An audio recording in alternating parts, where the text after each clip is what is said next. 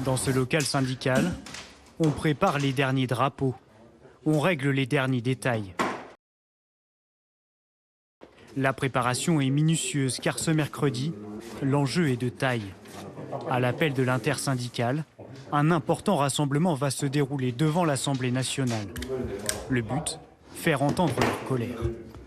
On ne peut pas laisser les policiers devenir des cibles comme c'est le cas actuellement. Et je veux dire rester les bras croisés. C'est pas possible, il faut véritablement agir.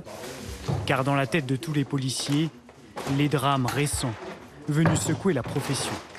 Le nombre d'agressions contre les policiers ont doublé en 20 ans. C'est pas quelque chose de récent, mais c'est quelque chose qui continue, qui s'amplifie. C'est la réalité du terrain. Et cette réalité-là, à un moment donné, il faut véritablement que les policiers ne sont plus respectés aujourd'hui. Il faut qu'on leur redonne respect et je dirais qu'ils soient soutenus dans le cadre de leur action.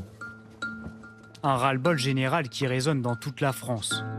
Plusieurs délégations régionales de policiers ont décidé de rejoindre la capitale, comme ici, à Montpellier. Pour l'Hérault, eh bien, là, on espère mobiliser une cinquantaine de personnes. Rien que pour l'Hérault, vous voyez, les billets de train sont déjà en notre possession. Grossir les rangs ce mercredi pour condamner des violences, loin d'être nouvelles, mais qui s'amplifient de jour en jour. Les éternels projectiles que sont les mortiers d'artifice ou le jet de bouteille, tout ça, ce sont des événements qui commencent à se banaliser, qui deviennent quotidiens et en des endroits où on n'avait pas l'habitude de voir ce genre d'événements. Donc évidemment, la coupe est pleine. C'est en permanence, regardez au-dessus de vous, regardez derrière, regardez partout. Parce qu'on n'est plus à l'abri nulle part. Isabelle a été victime de ces violences. Dans la police depuis 24 ans, elle se souviendra toute sa vie de cette nuit de 2017 en Seine-Saint-Denis. Lors d'un simple contrôle d'identité d'un groupe de jeunes, la situation dégénère et la policière est prise à partie. Je me suis pris plusieurs coups de poing dans la figure.